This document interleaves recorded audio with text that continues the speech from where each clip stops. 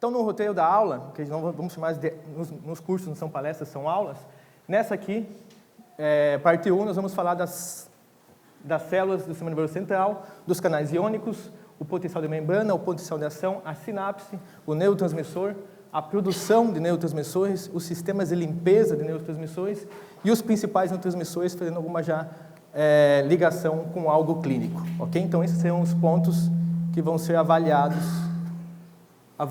e estudados hoje. Então, para começar, a gente vai falar um pouquinho das células, revisar as células do sistema nervoso, começando com o nosso velho amigo, o neurônio, ok? Então, nós vamos falar um pouco dos neurônios e das células da glia, para depois começar a falar de neurotransmissores e transmissão sináptica. Bom, o neurônio, só revisando, vocês sabem, possui um soma, um corpo celular, o seu núcleo, alguns dendritos, aqui depende do tipo do neurônio, ok? O cone axonal, aqui próximo ao corpo celular, já em direção ao axônio, e o axônio, a parte maior, normalmente maior do neurônio, que pode ou não ser coberto pela bainha de mielina, que são células da glia que vão produzir. E no final, então, normalmente há a transmissão do cone para essa direção aqui do axônio, chegando então nos terminais do axônio, onde vão realizar sinapses com outras células nervosas, ou células musculares ou até glandulares. Então, relembrando, essa estrutura básica de uma célula nervosa ou de um neurônio do sistema nervoso central ou periférico. Quais tipos de neurônios existem? Existem alguns tipos. Os principais são chamados de unipolar, bipolar, pseudonipolar e multipolar, ok? Então, quando eu tenho, pensando em neuritos, que é axônio e dendrito, apenas em uma direção, eu tenho um neurônio unipolar, em duas direções principais, bipolar, um pseudo-unipolar, que tem uma, mas na verdade são duas direções, e quando há diversas direções de axônio ou de dendritos, eu tenho o chamado neurônio multipolar. E esses neurônios, de forma geral, são específicos, ou podem se especificar em algumas situações como essas aqui. Então, normalmente, os neurônios sensoriais são bipolares, ok?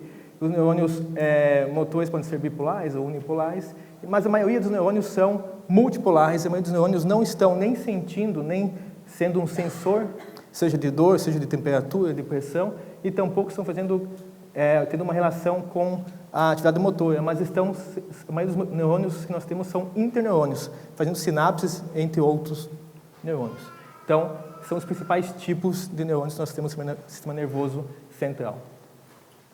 E aí vem as células da glia. Células da glia, que como o nome diz, glia, vem do grego de escola, então se imaginava há muitas décadas já que as células da glia eram apenas células muito básicas e rudimentares de sustentação de neurônios, que colavam os neurônios ou que davam um suporte para eles.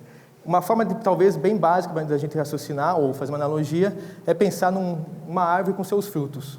O principal produto da árvore são os seus frutos, que são os neurônios.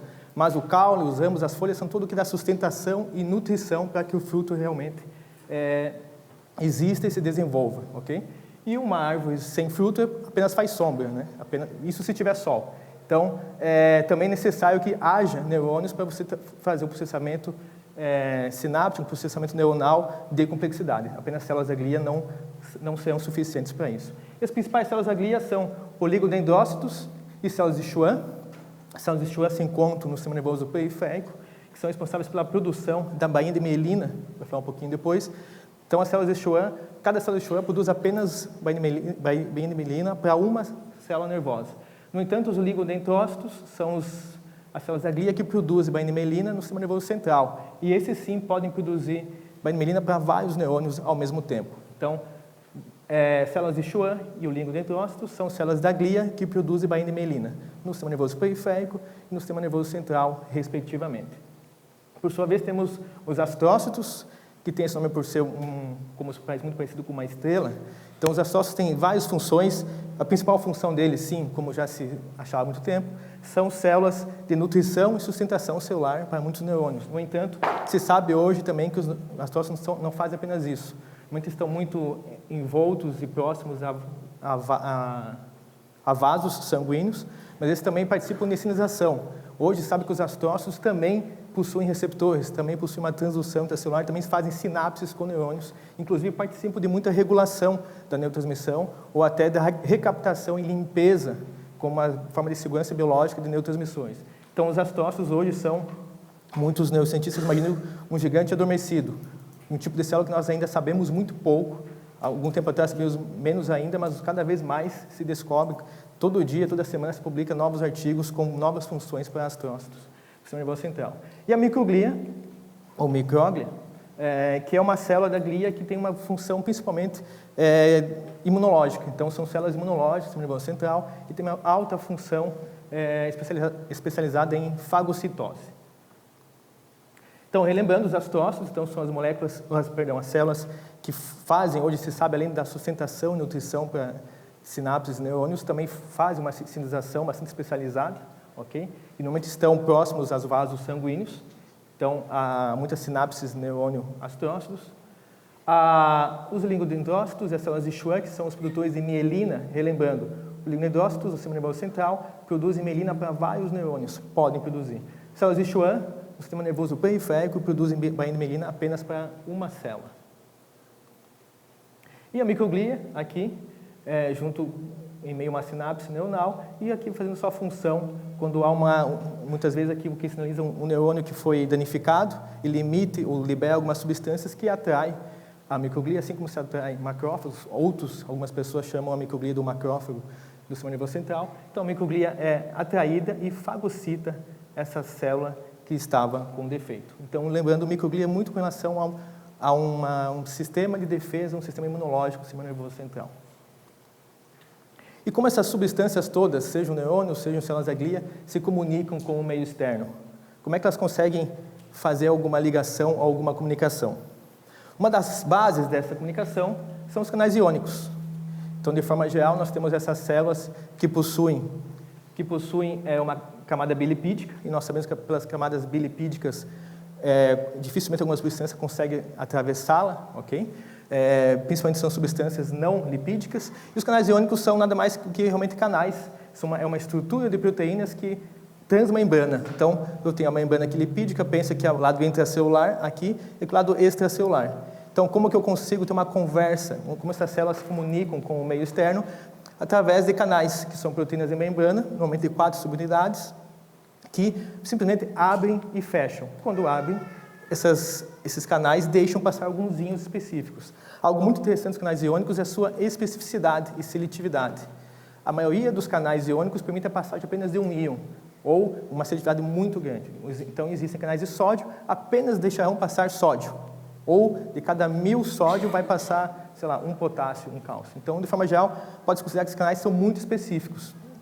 Então, tem canais de sódio, tem canais de potássio, de cloreto, enfim, de cálcio, entre outros. Então, essa é a principal ferramenta que as células possuem, tanto no sistema nervoso central ou periférico, mas aqui temos o sistema nervoso central, para uma comunicação externa. Lembrando outra coisa, os canais iônicos são passagens passivas, não há gasto de energia para abertura no canal iônico, de forma geral, diferente dos transportadores ou enzimas ou bombas, vou falar um pouquinho. Então, uma passagem passiva, e quando você abre esse canal, já vai ver como pode se abrir apenas os íons no seu maior gradiente. Se existe uma concentração maior no meio extracelular, eles vão entrar. Se a concentração maior está intracelular, esses íons irão sair da célula. Então, os canais iônicos, como já falado, eles não estão sempre abertos. Então, eles podem estar fechados, abertos ou inativados. Isso todo o canal. De forma geral, de forma didática, você fala que o canal abre ou fecha. Mas, na prática, na verdade, eles estão sempre abrindo muito lentamente. E aí eu chamo de fechado. Quando o canal está aberto, na verdade, ele está abrindo com uma frequência muito maior. E quando está inativado, está realmente inativado, ok? Então, de forma geral, os canais não ficam abertos por vários milissegundos ou fechados por vários milissegundos ou até mais. Estão sempre abrindo e fechando, mas com alguma frequência. Quando altera a frequência de abertura disso, a gente fala que está mais aberto ou menos aberto ou fechado. Ok? Então, como detalhe aqui, um canal de sódio, nós temos aqui. O canal de sódio, normalmente, quando está em repouso, ele está fechado. Existe uma cadeia com o botão que também não está fechando o canal. Então, o canal de repouso apenas é um fechamento conformacional, digamos assim. Há alguma alteração química que as proteínas desse canal estão próximas e aí as subunidades desse canal se fecham. Quando o canal se abre, segue novamente aqui embaixo, lembra essa cadeia aqui aberta, e há uma alteração que leva a uma abertura do canal e a entrada do íon sódio. Essa alteração pode se dar por estímulo de um ligante, por exemplo, e chega um agonista, uma substância química, se liga na sua subunidade e abre o canal, ou pode ser por um estiramento, por um estímulo mecânico, ou pode ser também, normalmente são abertos por voltagens dependentes. Então, muitos canais chamados voltagens dependentes são essenciais para o potencial de membrana, para o potencial de ação, eles se abrem ou fecham de acordo com a diferença potencial nessa membrana aqui. Ok? E no final, logo após a ativação do canal, o canal se inativa. Então, o canal é ativado, o canal é aberto, e após passagem de alguns íons, esse canal é inativado, e aí sim essa cadeia aqui, com esse botão, uma outra estrutura proteica nesse canal, se fecha e o canal fica inativado. Então, isso é interessante lembrar, quase sempre após ativação no canal de sódio, por algum tempo ele vai estar inativado. Então, o canal pode estar em repouso, ativado e inativado.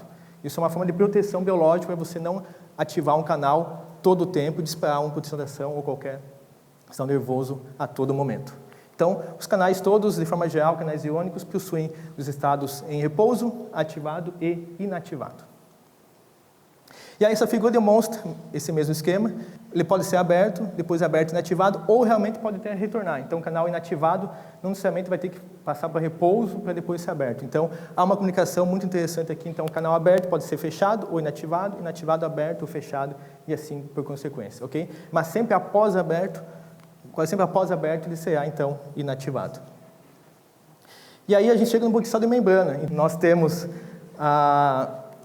íons no meio extracelular, okay? No meio intracelular, e a diferença de cargas entre os dois lados forma o potencial de membrana, que chama de DDP, diferença potencial. Okay?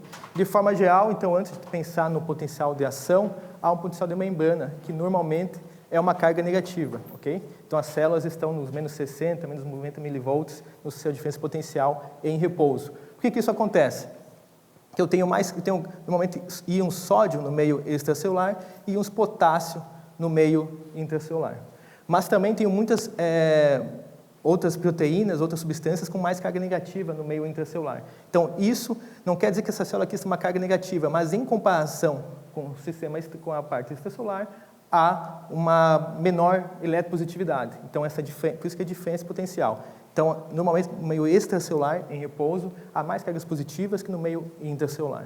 E quem mantém esse potencial de membrana aqui em repouso são basicamente as bombas polarizadoras, a famosa bomba sódio-potássio ou o trocador sódio-cálcio. Essas bombas são diferentes dos canais iônicos. Lembrando, os canais iônicos trabalham de forma passiva. Não se gasta energia para você trabalhar com o canal iônico. Ele apenas se abre ou se fecha e aí os íons entram e saem. Diferente acontece com essas bombas. Essas bombas são proteínas, são enzimas que gastam muita energia para você trabalhar de forma ativa, ou seja, vão fazer levar um transporte de íons contra o gradiente, ok? Então vão fazer força, vão gastar energia. Mais ou menos mais da metade da nossa energia que o nosso cérebro gasta é para alimentar essas bombas iônicas, essas bombas polarizadoras. Então, elas que estão todo momento trabalhando para que, nesse caso, bomba sódio-potássio, eu consiga colocar sódio para fora da célula e potássio para o interior da célula, ok? Então, ou seja, jogo 3 sódios, 2 potássios, consigo o DDP ser negativo. Da mesma forma, também existem bombas de sódio-cálcio, que colocam sódio para dentro e cálcio para fora, e outras que apenas colocam cálcio para dentro. Então, são todas bombas, chamadas bombas polarizadoras, que vão trabalhar contra o gradiente, gastando energia para deixar o meio extracelular mais positivo que o meio intracelular, e assim manter o potencial de repouso.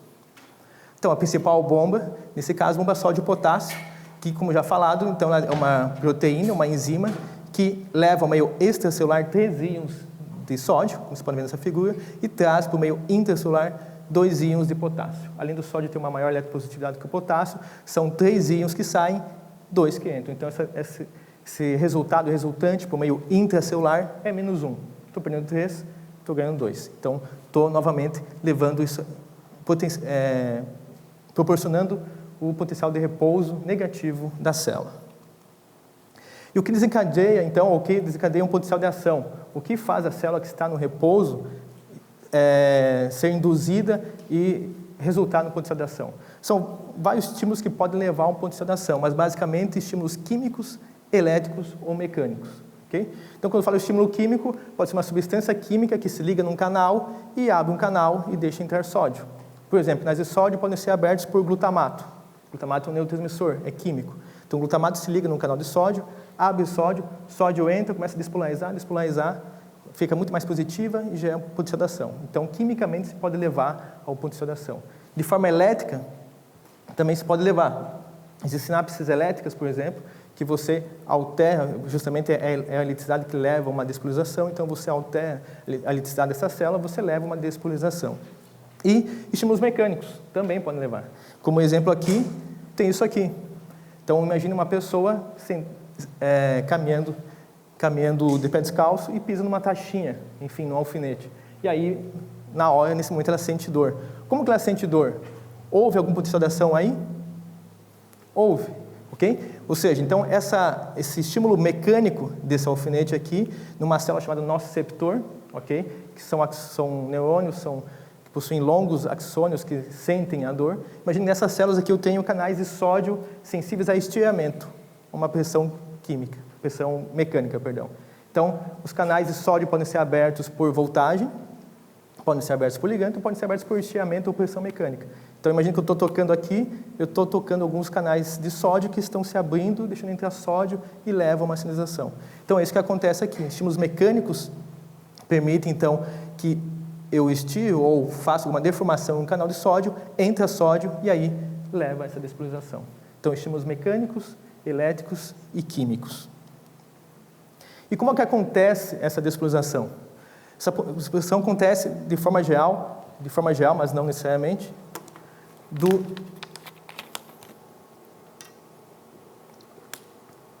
do cone do axônio de forma unidirecional. Então, imagine que eu tenho uma abertura de alguns canais de sódio nessa estrutura aqui, próximo ao cone do axônio, e isso aqui ele vai se despolarizando ao longo do axônio, levando a uma abertura de canais de sódio adjacentes, entrando cargas positivas, e essa despolarização se mantém de forma, com a mesma potência ao longo do axônio. De forma geral, quase sempre essa despolarização é de forma unidirecional. Por quê?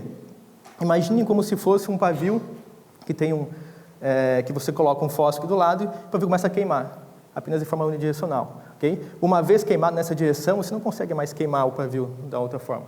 O material inflamável já foi queimado. De forma geral, os axônios funcionam assim, porque você dispara a potentiodação, você entra com uma alta carga de sódio aqui e você vai despolarizando canais de sódio adjacentes. Lembram, todo canal de sódio, após ativado, por algum momento ele vai ser inativado.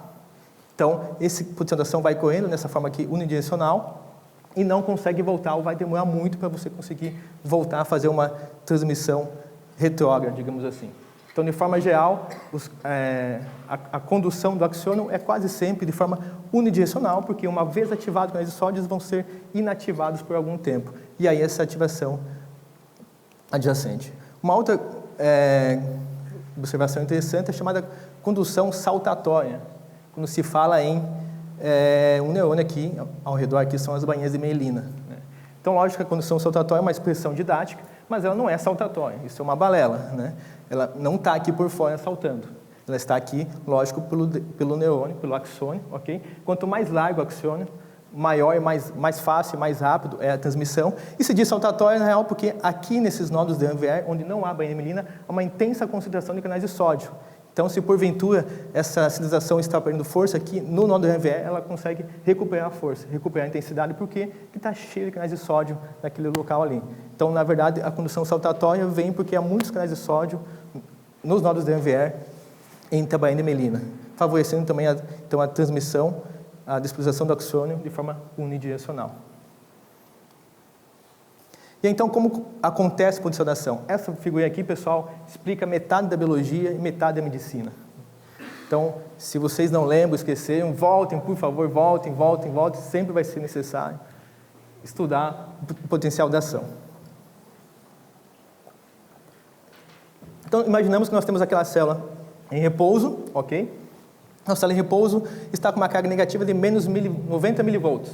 Lembrando, ela possui mais sódio fora do que potássio dentro. Logo, o DDP, porção de membrana, é menos 90, ok? Surge um estímulo, como por exemplo aquela pisada no alfinete. pisou no alfinete, estirou alguns canais de sódio. Vejam, então essa curva aqui que está a menos 90, eu começo em alguma porção ali de alguns canais de sódio, eu comecei a fazer uma deformação e começou a entrar sódio. Essa leve inclinação aqui, ok? Então de menos 90 foi até menos 65. Então, dezenas ou milhares de canais de sódio naquela região tecidual, eu consegui abrir entrando sódio. Chega um momento que essa curva aqui fica muito mais ascendente. O que acontece aqui? Nesse momento aqui, que essa inclinação muda, é quando se abre os canais de sódio voltagem independentes. E por que é super ascendente? Porque os voltagens independentes todos se abrem, nesse caso aqui, a menos 65. Então, diferentemente de quando eu coloco uma substância química, e eu falo, estou abrindo um canal por ligante, cada substância, cada molécula se liga no canal e abre um canalzinho por vez. Quando eu piso no alfinete, eu estou abrindo um canalzinho por vez, ou vários canais por vez. Quando atinge menos 65, após a abertura de alguns canais, todos os canais de sódio abrem juntos, porque são todos voltagens dependentes. Então, todos os canais ali próximos da membrana vão abrir junto e essa intensidade é muito maior. E aí leva para a minha despolarização. Ok? Então, nesse momento aqui, eu tenho canais de sódio abrindo que não são voltagens dependentes. Um por um ou alguns por alguns, seja por estímulo químico, ou até elétrico ou mecânico. Quando atinge um limiar, eu atingo um limiar que os canais de sódio voltagem dependentes se abrem. Todos os voltagens dependentes de sódio, nesse caso aqui, se abrem a menos 65. Então, abrem todos uma vez só, entra tudo que tiver de sódio, próximo a essa célula vai entrar e vai despolarizar, instantaneamente, praticamente. Isso não. Ok? No entanto, após essa despolarização, chegamos a em mais 35 milivolts, por exemplo. O que acontece com os canais de sódio? Voltagem dependente se fecham. Os canais de sódio se abrem a menos 65, a mais 35 eles se fecham. Então não entra mais sódio. E além disso, depois começam a abrir canais de potássio, voltagem dependentes também. Ok? Voltagem dependentes de forma positiva. Então eu fecho canais de sódio, não tenho mais entrada de canais de sódio e começo então a ter saída de potássio. Ok? Lembrando, quando eu abro o potássio, está saindo o potássio por quê? Que a concentração de potássio é muito maior intracelular do que extracelular, ok? Então começa a sair potássio. Quando sai potássio, a célula fica negativa por quê? São cargas positivas que a célula está perdendo. Então a diferença potencial vai ser negativa. Então a célula começa a ter uma voltagem mais negativa aqui, ok? Então eu fecho o sódio, não entra mais sódio, abro o potássio. Potássio positivo, potássio sai. Se potássio sai, eu estou perdendo células positivas, cargas positivas. Então eu estou ficando mais negativo. Ok? E aí começa a fase de repolarização da célula. Então, do mais T5, voltando até o menos 60, menos 90. Ok? E depois ainda acontece o período de hiperpolarização. O que é? Por dois motivos. Primeiro, porque os canais de potássio seguem abertos aqui, e os canais de sódio, lembram, estão inativados. Lembra que os canais de sódio são abertos e por algum tempo inativados. Não tem nenhum sódio entrando. E aí, essa diferença potencial aqui baixa, fica mais baixa do que o menos 90. Então, nesse momento aqui, eu tenho uma hiperpolarização, tenho um estado refratário absoluto nessa célula aqui, ok? Porque aqui eu estava com menos 90, se eu receber estímulos, eu consigo começar a despolarizar e posso levar uma concentração. Quando eu estou abaixo aqui, menos 100, menos 120, a célula está aqui num estado silente, está dormindo e nenhum estímulo, de forma geral, vai conseguir ativá-la. Então, esse é um período que a célula não vai ser ativada. Então, tem a pulsação, despolarização, repolarização e aqui a hiperpolarização, no momento que a célula está dormindo, está completamente inativada e não vai ser capaz de sofrer um potencial de ação. Ok? Ficou claro? Então, canais de sódio, abre tudo, chega lá em cima, voltagem positiva, os canais de sódio fecham, abre potássio, começa a sair potássio, até que repolariza, hiperpolariza e depois a célula aqui volta ao seu estado de menos 90, pronta para receber algum estímulo mecânico, elétrico ou químico, ser ativada. Então aqui só relembrando mais uma vez, então chamamos esses períodos aqui de repouso, despolarização, repolarização, hiperpolarização e novamente chegando no repouso. Então, essa cinética aqui segue também muito a cinética dos canais de sódio. Canais de sódio em repouso, ativados, e quando estão inativados, é esse período aqui. Então, canais de sódio inativados, totalmente fechados, participam do momento de hiperpolarização da célula nervosa.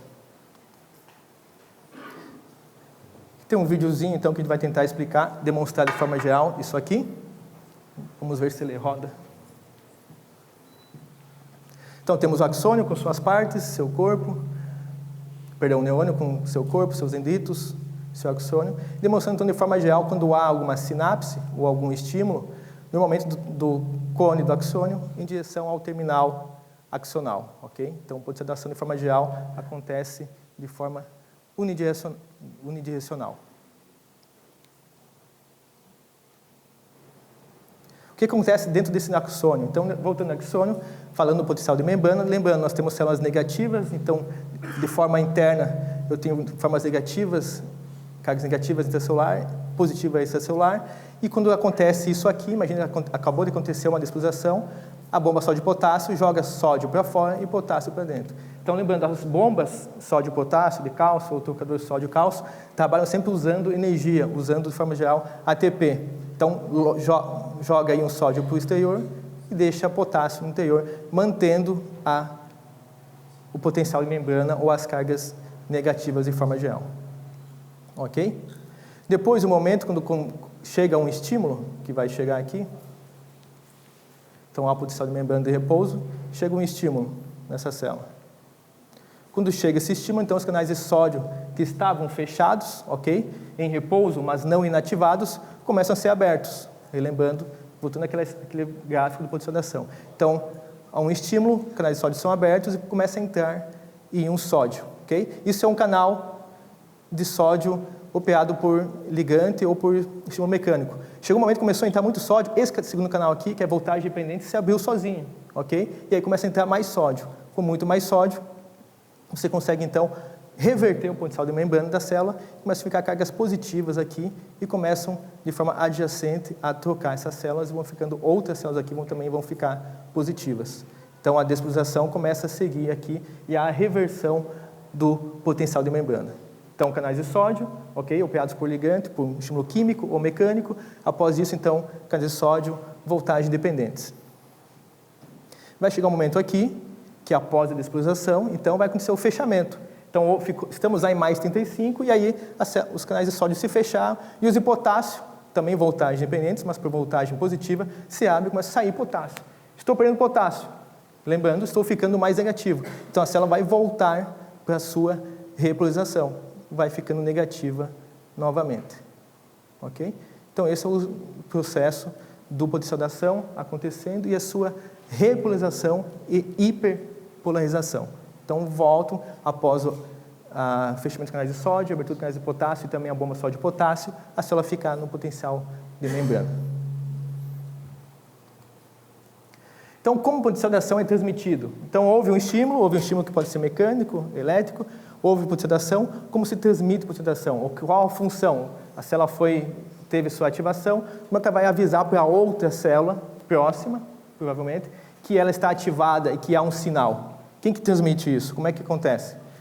A sinapse, né? Então, a nossa velha boa sinapse, são as sinapses que são os contatos. O que é uma sinapse? Sinapse é uma zona ativa de contato entre as células nervosas. Normalmente, células nervosas, pode ser uma célula nervosa com uma célula muscular ou uma célula glandular.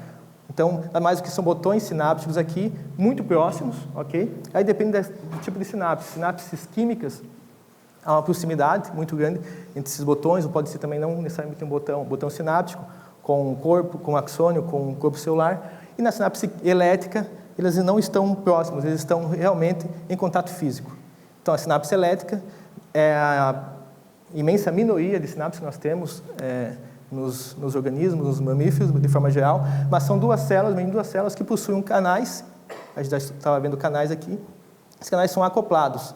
Então, cada célula possui um canal, ela está em contato físico e esse canal se complementa, então forma as conexinas.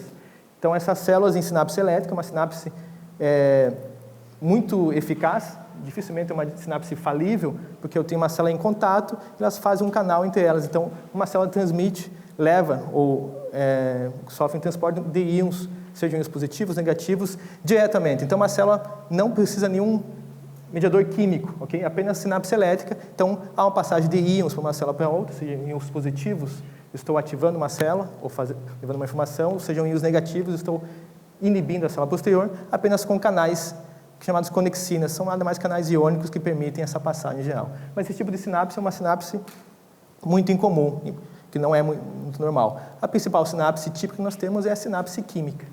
E a sinapse química possui as 3 grandezas fundamentais para ser uma sinapse. Uma célula pré-sináptica, okay? Uma célula pós-sináptica e a fenda sináptica. O que é a fenda sináptica? É o espaço entre essas 2 células, que pode ser um botão sináptico, pode ser o soma, o corpo celular, pode ser um axônio, mas existe um espaço aqui que há algum fluido, algum espaço para alguma transformação química nesse espaço. Então, toda sinapse química possui uma célula pré-sináptica, uma célula pós-sináptica e uma fenda sináptica, para ser caracterizada como tal, uma sinapse química. Nesse caso aqui, vejam essa representação, é um axônio aqui com seus botões sinápticos fazendo sinapse e um dendrito, por exemplo. Ok? Então, nós temos aqui uma sinapse química. Lembrando, pré-sináptica, pós-sináptica e fenda sináptica, que vão começar, então, a liberar neurotransmissores, que a gente vai falar daqui a pouquinho. Mas os principais tipos de sinapses, quais são? Então, o sinapse, como já falado, pode ser axodendrítica, AA, então um axônio fazendo sinapse com um dendrito de outro neurônio. Pode ser axossomática, ok? Então, axônio no soma ou no corpo celular de outra célula. E pode ser axônica, axônio com axônio. Também pode acontecer, ok? Então, todos os tipos de sinapses químicas.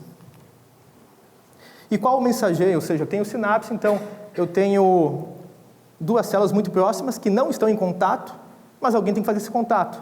Como que essas células conversam? O que está acontecendo ali se não é uma sinapse elétrica, uma sinapse química? Quem faz o contato? Quem manda a mensagem? Ok? Ou de forma geral, quem é o carteiro da situação? Quem pega um sinal de um lugar, entrega para o outro. E aí surge, então, os neurotransmissores. Ok? Essa é uma figurinha bem legal, que eu gosto dela, embora ela bem simplista, mas ela fala basicamente que, tecnicamente, tudo que você gosta na vida são essas 2 coisas, serotonina e dopamina. Okay? Então, a serotonina é o principal neurotransmissor da felicidade e a dopamina é o principal neurotransmissor do prazer. Não tão tecnicamente assim, mas fica aí a lembrança. Então, você pode gostar de muita coisa, mas tudo, na verdade, são coisas que te enganam e que causam ilusão para, na verdade, você receber a serotonina e dopamina, se você quiser pensar assim. Desculpa, é para ser uma piada, mas ninguém achou graça. Ok? Então, os seus neurotransmissores vão fazer essa comunicação celular entre célula e célula, e entre eles, neurotransmissores são muito responsáveis, de acordo com o receptor, distribuição tecidual, estrutura encefálica que está se ligando, vai levar uma série de comportamentos, prazer, enfim, emoção, entre outros. Okay, mas como acontece? O que é um neurotransmissor? Então, o neurotransmissor, lembrando, temos a sinapse química, revisando, temos a célula pré-sináptica, a célula pós-sináptica e a fenda sináptica. Então, neurotransmissores são substâncias que são produzidos, de forma geral, na célula pré-sináptica, são essas bolinhas aqui em verde, são envesiculadas, ok? Em uma vesícula, que é uma bolsinha também com uma membrana bilipídica, e após algum estímulo são liberados. Então, esse neurotransmissor, essa bolinha verde, é liberado, ela sai da célula pré-sináptica e aqui chega aqui na célula pós-sináptica. E aí, aqui na célula pós-sináptica, possui um receptor, e ela vai levar um sinal. Então, quem é o mensageiro químico de uma sinapse? Okay? É o neurotransmissor, uma substância produzida pela célula pré-sináptica, liberada após algum estímulo, a gente vai ver por quê, e se liga numa célula pós-sináptica, e aí leva um sinal. Okay? Então, como que uma célula se comunica com outra? Essa célula aqui, digamos assim, foi ativada, ativou, liberou o neurotransmissor e avisou essa aqui, também ativou, e assim você começa a neurotransmissão química. Então, o neurotransmissor é o principal personagem nesse esquema aqui. Existem 4 ou 5 pré-requisitos, de acordo com os autores, para uma molécula ser considerada um neurotransmissor. Então, todo neurotransmissor, no início, precisa ser sintetizado no meio intracelular. Okay? Então, um neurotransmissor de serotonina, por exemplo, é produzido em neurônios serotoninérgicos. Neurônios serotoninérgicos produzem serotonina. Então, captam um aminoácido, que são substratos normalmente, e sintetizam, após algumas ações enzimáticas, o neurotransmissor. Okay? Então, o neurotransmissor precisa ser, primeiro requisito, sintetizado numa célula pré-sináptica. Okay? Segundo pré-requisito, ele vai ser estocado. Okay? Estocado aonde? Estocado em vesículas. Então, o neurotransmissor não consegue ser liberado se não for estocado. Estocado em vesículas, que nada mais são que bolsinhas com bicamadas lipídicas também, que armazenam esse neurotransmissor. Qual a vantagem do neurotransmissor ser armazenado. Eu estou produzindo, digamos assim, pensando em serotonina, estou me alimentando, muitas vezes os substratos neurotransmissores quase sempre são aminoácidos essenciais, estou produzindo serotonina, estou armazenando. Não estou utilizando. Quando necessário, quando receber um estímulo, eu uso, eu libero esse neurotransmissor. Então, é uma vantagem biológica muito grande, ok? Diferente de hormônios ou de moduladores ou mediadores inflamatórios que você produz e sempre libera ao mesmo momento. Hormônios não são armazenados, hormônios são sempre produzidos e liberados, ok? Uma vantagem e também desvantagem. Mas, enfim, pensando no neurotransmissor, a vantagem é você armazena, você salva energia e, quando necessário, você usa. Lógico que isso também pode ser uma desvantagem. Você pode estar armazenando, por algum momento, por exemplo, você usa muito e aí você pode ter também problemas, ok? Logicamente. Mas, biologicamente, é um sistema de armazenamento, um sistema de segurança e economia biológica. Segundo passo, então, é estocado. Qual o terceiro passo desse neurotransmissor? Ele tem que ser liberado, ok? Sofre uma liberação após algum estímulo. Esse estímulo, normalmente, é o quê? É o potencial de ação que chega na célula, que leva a uma liberação, e também precisa de cálcio. É necessário cálcio para essa liberação, e já vai ver com mais detalhes, ok? Então, há o potencial de ação. Então, estou com um neurotransmissor armazenado, quando há um potencial de ação, um estímulo, eu aí sim libero esse neurotransmissor via estímulo e via cálcio, e aí ele atua na célula pós-sináptica. Quando ele atua na célula pós-sináptica, é o seu quarto pré-requisito, ativação. Se liga a um receptor específico. Ok? Então, não apenas essa ligação não pode ser inespecífica. Todo neurotransmissor, para também ser considerado neurotransmissor, precisa ter um receptor específico. A serotonina possui receptores de serotonina, possui 14 receptores, mas são específicos para ela. Okay? Dopamina possui receptores de dopamina, e assim por diante. Então, há que ter um receptor específico aqui, além de enzimas que produzem esse neurotransmissor. Então, é um sistema bastante complexo para eu considerar uma substância como neurotransmissor. Ok? Além disso, alguns outros autores citam que um quinto pré-requisito são os sistemas de limpeza. Okay? Algum sistema vai ter que existir aqui para esse neurotransmissor ser recaptado ou ser degradado para não ficar em excesso na fina sináptica. Então, pode ser também um quinto pré-requisito, sistema de limpeza ou recaptação do neurotransmissor. Então, a síntese de serotonina, como é que acontece? Só um exemplo da serotonina.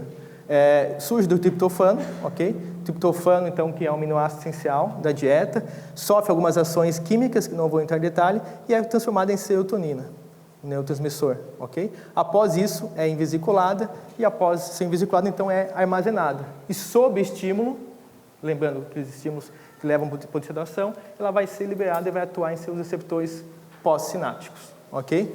Receptores, tanto receptores tipo canal iônico, como a gente já viu, ou outros tipos de receptores de proteína G, que são chamados metabotrópicos, são um pouco mais lentos nessa transdução, também podem estar aqui. Então, isso é o básico da síntese da serotonina. Uma das duas coisas que você gosta na vida, ok? Ou que você só gosta na vida, serotonina, vindo do triptofano, síntese, armazenamento, liberação e leva uma sensação. Então, algumas estruturas encefálicas, muito relacionadas ao sistema límbico, por exemplo, amígdala, hipocampo, entre outras, que mais relacionadas a emoções, possuem muitos receptores de serotonina e possuem muitos neurônios serotoninérgicos. Então, a serotonina pode ser considerada de forma bem simples o neurotransmissor da felicidade, por exemplo, da alegria, porque ela é produzida e atua em regiões que estão relacionadas com a sua emoção. Então, sempre o neurotransmissor, de acordo com o seu receptor, com a sua localização, vai levar aos seus efeitos. A síntese de dopamina, por exemplo, é muito parecida. Apenas possui um outro substrato, um outro aminoácido, um substrato, a tirosina. Após a atuação da L-dopa, também vai ser sintetizada em dopamina, vai ser também invesiculada. Lembrando, síntese, armazenamento em vesícula, liberação sob estímulo, terceiro pré-requisito, atua num receptor específico, receptores de dopamina, na célula pós-sináptica. E depois, então, pode ser, inclusive, recaptada ou degradada. Aqui já tem uma figura que mostra, por exemplo, a CONT, aqui a MAL, são enzimas que degradam essas substâncias, tanto no meio intracelular ou no meio extracelular. Então, biologicamente, eu posso produzir um neurotransmissor, eu posso liberá-lo, mas se eu não, de forma geral, limpá-lo ou reciclá-lo aqui, ele vai ficar em excesso e vai levar a uma superativação. Então, existem enzimas que vão fazer a degradação dessas substâncias, também existem transportadores que podem fazer a recaptação. Então, Então, de forma geral, após a atuação no receptor, essas substâncias vão ser recaptadas ou degradadas. Essa sinapse vai ser limpa. Interessante também destacar que eu falei no começo da aula, falando dos astrócitos, das células da glia, que ainda se conhece poucas funções. Hoje se sabe que os astrócitos atuam em muitas sinapses, fazendo justamente isso, fazendo uma limpeza de neurotransmissores, principalmente com relação ao glutamato e GABA, mais glutamato. Então, além de enzimas que possuem aqui degradando neurotransmissores, além de proteínas que recaptam, também há astrócitos, células da glia, que trabalham aqui facilitando essa limpeza de neurotransmissores. Então, potencial de ação e liberação de neurotransmissor. Muito importante aqui, voltar a essa revisão que nós temos então. Imaginem que eu tenho um sinal elétrico, que foi o potencial de ação, que aconteceu, chegou nessa célula. Então, ele é transformado em sinal químico, que é a liberação do neurotransmissor, uma substância química, que novamente chega aqui, digamos, o glutamato atua no canal de sódio e deixa entrar sódio e altera a polarização dessa célula aqui, levando então novamente ao sinal elétrico. Então essa comunicação celular é a transformação do sinal elétrico em um sinal químico e novamente no sinal elétrico para uma célula avisar o outro, uma célula se comunicar com outra. Ok? E aqui então demonstra também, além do potencial de ação necessário, a atuação do cálcio. Por que o cálcio é importante que só ter o potencial de ação? Se você só tem um potencial de ação, por mais potencial de ação, no começo eu não falei, um efeito tudo ou nada, ele não é intenso ou moderado, ele acontece ou não, ok? Mas só a potencial de ação não é capaz de levar à liberação de neurotransmissores. Então preciso de cálcio, pelo menos alguma concentração intracelular razoável de cálcio. Por quê? Porque o cálcio faz com que haja um atracamento dessa vesícula na membrana dessa célula aqui. Ou seja, é necessário uma atração da vesícula para a membrana da célula para que ela possa acontecer aqui essa fusão e essa abertura. Quem faz isso é o cálcio. Então, mesmo que haja potencial de ação, se não houver cálcio, outros autores dizem que cálcio é vida, né? Se não houver cálcio, não há vida, não há liberação desse neurotransmissor aqui, certo? Então, algumas proteínas essenciais que fazem essa ligação dessa membrana com essa, dependem de cálcio. E aí tem aqui uma figurinha só para mostrar, então são as enzimas sinaptoburevinas, sintaxinas, outras SNAPs, que estão aqui uma vesícula. Essa vesícula então é atraída para essa membrana aqui via cálcio. E após esse atracamento aqui, ela consegue liberar, se fundir e liberar o neurotransmissor. Então esse processo de liberação do neurotransmissor só funciona se tiver cálcio, ok? E algo interessante também na sinapse são o feedback negativo, ou chamado autorreceptor inibitório. Qual que é a função de um autorreceptor inibitório? Como o próprio nome diz, é um receptor que está na célula pré-sináptica, vejam, pré-sináptica, pós-sináptica. Então está onde, na mesma célula que eu estou liberando o neurotransmissor, eu tenho um receptor. De forma geral, isso não faz sentido nenhum, porque eu quero me comunicar com a célula oposta, com a célula pós-sináptica, ok? Ou seja, eu produzo o neurotransmissor, para ele ser liberado e atuar na célula pós-sináptica e enviar esse sinal. Efetuar a sinalização, ok? Qual o sentido de um receptor autorreceptor aqui? Normalmente são receptores chamados 1, 5-HT1A ou alfa-1, numeração é 1. Ele é com uma segurança biológica, ou seja, assim como os outros mecanismos de limpeza e degradação das substâncias acontecem aqui, imagine que eu tenho uma superprodução, nesse caso aqui, de serotonina. Superprodução de serotonina. Posso levar uma síndrome serotoninérgica, por exemplo, ok? O que acontece? Há tanta serotonina aqui que vai começar a se ligar ou estar próximo também à célula pré-sináptica. E aí ela se liga nesse autorreceptor, e aí esse receptor que é inibitório, ele vai sinalizar para a célula pré-sináptica. Ó, chega, parou de produzir serotonina, que já está cheio, até eu já estou recebendo serotonina aqui atrás. De forma geral, basicamente isso, ok? Então, esses autorreceptores também estão em todos os sistemas de neurotransmissores, possuem autorreceptores inibitórios, uma forma de segurança biológica. Quando há um excesso de um neurotransmissor, ele começa a se ligar aqui, logicamente, na célula pós-sináptica, mas também aqui. Essa ligação é sempre aleatória, pessoal, ok? Não quer dizer que todo neurotransmissor liberado vai atuar e encontrar um receptor na célula pós-sináptica, não. A maioria deles nem encontra, ok? Mas totalmente aleatória com relação à especificidade da relação e da ligação aqui. Mas, logicamente, quanto maior a concentração, mais chance desse neurotransmissor atuar no receptor ou encontrar um receptor pós-sináptico e também encontrar um receptor pré-sináptico, ok? Então, um outro sistema de controle dessas substâncias. E os sistemas de limpeza, então, como eu já falado, o quinto pré-requisito para ser um neurotransmissor, basicamente constituem de recaptadores. Então, sempre uma célula pré-sináptica, de forma geral, aqui há uma célula noradrenérgica e uma serotoninérgica, possuem recaptadores, ou que são nada mais que proteínas de membrana transportadoras, ok? Não são canais iônicos, são proteínas mais complexas, ok? Mas que estão na célula pré-sináptica.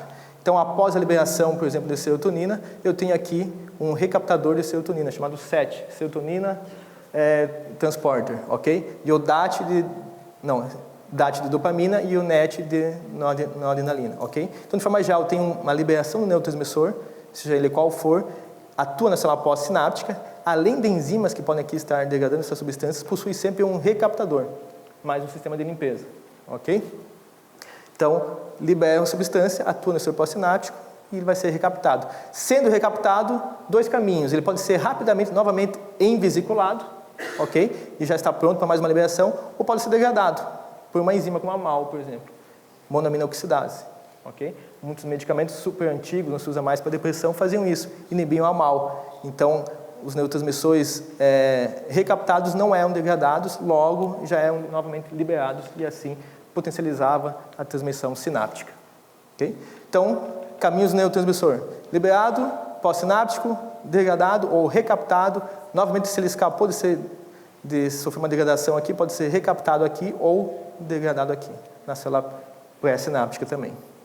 Então, um outro sistema de limpeza são os recaptadores de neurotransmissores. Outro sistema de limpeza também envolve as enzimas, principalmente contimal, que eu já falei, ok? Então, são enzimas que estão tanto no meio intracelular quanto no meio extracelular. Ainda se usa alguns desses medicamentos para pacientes com Parkinson. Após a utilização de vários medicamentos que já não funcionam mais, em um estado mais avançado, você consegue, inibindo a MAO ou a CONT, você consegue aumentar um pouquinho os níveis de dopamina, e aí o paciente com Parkinson necessita de dopamina, você consegue ter algum efeito, em alguns pacientes, pelo menos paliativo. Mas então também são enzimas que degradam essas substâncias, MAO e CONT. Fechando então os sistemas de limpeza de neurotransmissores. Então, revisando, o neurotransmissor na célula pré-sináptica é sintetizado, envesiculado ou armazenado, liberado sob estímulo, um potencial de ação, e cálcio, é liberado, então atua no sinal, no receptor pós-sináptico, e depois vai sofrer um sistema de limpeza, seja recaptação, seja degradação. E quais são os principais neurotransmissores? Há muitos, né? Mas alguns principais que eu trouxe aqui. A adrenalina, por exemplo, tem muita relação, de forma geral, com luta ou fuga. A norepinefrina, muita relação com concentração de neurotransmissores.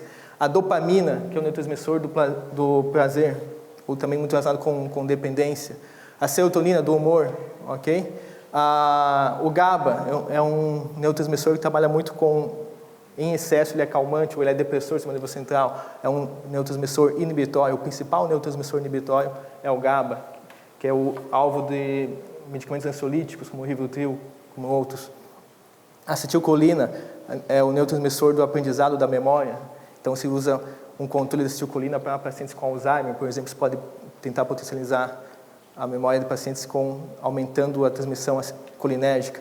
O glutamato também muito em relação com memória e aprendizado, mas também com dor, com inflamação. O glutamato é um neurotransmissor bastante sujo, está em várias situações de estresse oxidativo também, e é o principal neurotransmissor excitatório, ok? Então, GABA e glutamato são grandes antagonistas, embora os substratos deles são os mesmos, mas eles sofrem ou entram em vias distintas, e há a formação de GABA e glutamato a partir dos mesmos substratos, mas eles são totalmente opostos. Principal neurotransmissor inibitório, principal neurotransmissor excitatório. E a endorfina tem relação com euforias de forma geral, um neuromodulador, não tanto um neurotransmissor, mas um neuromodulador. Okay? Apenas como alguns exemplos, então, pensando no neurotransmissor, uma transmissão GABAérgica quando eu falo de uma sinapse inibitória. As principais sinapses inibitórias, ou o principal neurotransmissor inibitório, já falado, é o GABA. Como que o GABA leva a uma inibição? De forma geral, então, eu tenho uma substância química, que é o GABA, e vai se transformar, um sinal químico vai se transformar em um sinal elétrico.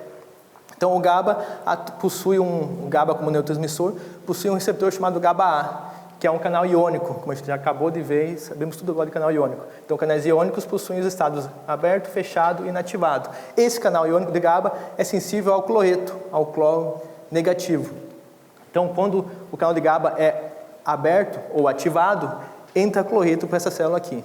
Cloreto, carga negativa. Então, agora vocês são expertos em potencial de ação, sabem que se entram cargas negativas, o que vai acontecer com essa célula vai ser inativada, vai ser repolarizada. Então, por que o GABA lá atrás é chamado como calmante ou como neurotransmissor inibitório? Ele atua num canal iônico e quando se liga aqui, ele possui um sítio de ação nesse canal e deixa entrar cloreto. Cloreto negativo, então, é um depressor dessa célula é um depressor do sistema nervoso central de forma geral, ok? Os antigos barbitúricos, pouco utilizados hoje como o Gardenal, o fenobarbital, tiopental, são agonistas GABA. Atuam de forma bastante potente e eficaz, abrindo GABA de forma geral. Abre GABA, entra cloreto, a célula inativa. Um potente depressor do sistema nervoso central. Os mais recentes ansiolíticos, como os benzodiazepínicos, como o clonazepam, diazepam, enfim, também atuam em GABA, mas não são agonistas totais, chamados são agonistas alostéricos. Eles se ligam aqui do lado, eles potencializam a ação do GABA. Então, eles ajudam o GABA a ter seu efeito. Agora, se não há GABA, um Rivotril da vida não faz nenhum efeito. Então, por isso que ele é mais seguro. Ele não é um agonista total, ele apenas é um agonista alostérico. Ele ajuda que o GABA, que é o neurotransmissor endógeno, tenha seu efeito. Ok? Então, por isso também hoje substitui muitos ansiolíticos, benzodiazepínicos, pelos barbitúricos. É muito mais seguro e mais confiável. Uma transmissão glutamatérgica, por exemplo, uma transmissão, então, principal sinapse excitatória, porque temos o neurotransmissor glutamato, e vejo, novamente, então tem uma sinalização química, liberação do glutamato. O glutamato atua em receptores NMDA, AMPA e kainato, receptores que deixam entrar sódio e cálcio. Ou seja, mais uma vez, um sinal químico, a liberação do neurotransmissor, o neurotransmissor sempre é um sinal químico, atua como agonista em canais iônicos e leva a uma abertura e uma entrada de íons positivos, então leva a uma despolarização da célula. Um agente químico levando a um sinal elétrico. Lembra no começo da aula que eu falei aqui das células de glia, como um astrócito, como outras células aqui? As células de glia fazem muitas sinapses, ou são próximas, regulando sinapses glutamatérgicas. Essa célula aqui em verde. Então veja que células da glia, que se achava antigamente só que chamava células da glia, se chamam células da glia porque são chamadas de cola, que dão sustentação para os neurônios. Hoje sabemos até que elas já possuem, inclusive, receptores aqui para glutamato, por exemplo. Então elas fazem sinapses, realizam sinapses também, e lembrando também que participam da limpeza dessas sinapses. Então, com certeza uma sinapse glutamatérgica com ou sem célula da glia é diferente. Então, também muito comum na sinapse glutamatérgica excitatória, ok? Uma célula da glia aqui fazendo sua sinapse. Uma transmissão serotoninérgica, de forma bem simples, resumida, para a gente já começar a pensar aqui, lembrando que o principal neurotransmissor do humor é a serotonina, então, de forma geral, se eu tenho uma sinapse serotoninérgica normal, eu tenho um estado de forma muito simples, a depressão não é apenas... Existem várias teorias da depressão, não é apenas ligação ou relação com o neurotransmissor. Mas, de forma geral, didática, posso pensar aqui que uma relação normal, uma sinapse normal de serotonina, eu tenho um estado normal. Uma pessoa, de forma geral, ou em algumas teorias dizem que uma pessoa com um déficit de transmissão serotoninérgica, como aqui há poucos neurotransmissores, por exemplo, ela pode ter um estado depressivo por isso. Então, pessoas com depressão, nem todas, algumas, quando você consegue entrar com um medicamento antidepressivo, que vai aumentar os níveis de serotonina, ela consegue ter uma remissão da depressão. Então, porque em algumas regiões supraespinhais específicas, a transmissão serotoninérgica é essencial para a estabilização, manutenção do humor. E quando eu regresso com isso aqui, eu consigo potencializar, por exemplo, a transmissão serotoninérgica, dando, por exemplo, fluoxetina, que é o inibidor daquele transportador que faz a limpeza. Então, quando eu inibo a recaptação da serotonina, ela fica mais tempo na fenda sináptica, ela potencializa essa transmissão serotoninérgica. E aí, posso voltar a um estado pré-depressão, ou pelo menos um estado melhor do que esse aqui. Então, a relação de potencial de ação de liberação do neurotransmissor tem atividade total com estados de humor, tanto na neurologia, até muito mais na psiquiatria. Todas as doenças psiquiátricas são desbalanços de neurotransmissores. Todas as doenças psiquiátricas vão ser tratadas com medicamentos que vão aumentar ou reduzir algum neurotransmissor específico. E além dela, muitas outras, inclusive, neurológicas. E com a dopaminérgica, por exemplo, um outro exemplo, temos aqui uma substância, uma sinapse, então, dopaminérgica, com receptores de dopamina, e aqui eu trago como exemplo, por exemplo, um inibidor da captação de dopamina, que é a cocaína. O que a cocaína faz? A cocaína impede a recaptação de dopamina. Então, ela bloqueia a recaptação dessas bolinhas laranjas, que são as dopaminas aqui. Então, a pessoa que faz uso de cocaína potencializa a transmissão dopaminérgica. Potencializando a transmissão dopaminérgica, os sinais de vigília e de prazer são muito aumentados. Então, novamente, mais um exemplo de como a sinapse e a liberação de neurotransmissores tem uma relação muito grande, porque a relação, tanto de forma, aqui uma droga de abuso, mas pode ser tanto uma droga de abuso como uma droga terapêutica, como a fluoxetina, trabalha nesses sistemas de limpeza, num desses sistemas de neurotransmissores. Então, de forma geral, pessoal, resumindo essa aula, que é a parte 1, ok? Quero deixar algumas informações básicas para a gente relembrar e depois começar a discussão e perguntas. Então, lembrando que essa aqui foi uma base introdutória do curso, tudo isso bem revisado, que você já conhece, mas para a gente fixar. Então, os canais iônicos encontrados em neurônios e células da glia originam os potenciais da membrana. Ou seja, lembra do potencial da membrana, células mais com uma carga positiva maior, extracelular e intracelular, deixam a célula no potencial da membrana negativo. Então, isso é essencial, só acontece com canais iônicos que permitem essa troca de íons. Lembrando que canais iônicos atuam de forma passiva, ok? Estímulos químicos, elétricos ou mecânicos alteram o efluxo ou influxo de íons e podem, então, gerar um potencial de ação. Então, lembrando, pode ser um estímulo químico, como um glutamato, como uma substância ácida, pode ser um estímulo elétrico ou pode ser, inclusive, um estímulo mecânico. Lembrando aquela fotinha do rapaz que pisa no alfinete. Então, levam uma estimulação, levam, no caso, uma deformação no canal de sódio, começa a entrar sódio e leva uma despolarização e, consequentemente, a um potencial de ação. A transmissão nervosa se origina com um potencial de ação e é dependente de cálcio. Lembro, não é necessário apenas um potencial de ação para liberar o neurotransmissor. Necessita cálcio. O cálcio que vai fazer que aquela vesícula seja atraída para a membrana e consiga liberar o neurotransmissor. Então, cálcio é essencial. Os neurotransmissores podem ser, então, excitatórios, inibitórios ou mistos. Isso depende do quê? Do seu receptor no momento pós-sináptico. Então, o glutamato apenas possui receptores excitatórios. Então, o glutamato se liga a receptores que vão causar excitação. O GABA apenas possui receptores inibitórios, atua em cloreto, então sempre vai causar inibição. Mas existem outras substâncias, a própria serotonina possui receptores excitatórios e inibitórios. A serotonina possui 14 receptores. Proteína G e canal iônico. Então, de acordo com a localização, com o tipo tecidual, com o tipo do receptor, eu posso causar inibição ou excitação. A neurotransmissão química sempre se converterá em uma sinalização elétrica. Okay? Então, por uma sinapse química, a transmissão vai passar por algum momento por um sinal elétrico. Lembrando, sinal elétrico, sinal químico, sinal elétrico, para essa comunicação celular. E cada neurotransmissor possui funções diferentes de acordo com seus receptores e localização. Como eu acabei de falar, a distribuição dos receptores não é homogênea. De acordo com o tecido, com a célula, com a estrutura, seja encefálica ou para outros receptores, todos do organismo todo, a distribuição dos receptores é muito diferente de acordo com a célula e o tecido. E aí suas ações são distintas, obviamente. Pessoal, isso na parte 1. Muito obrigado pela atenção.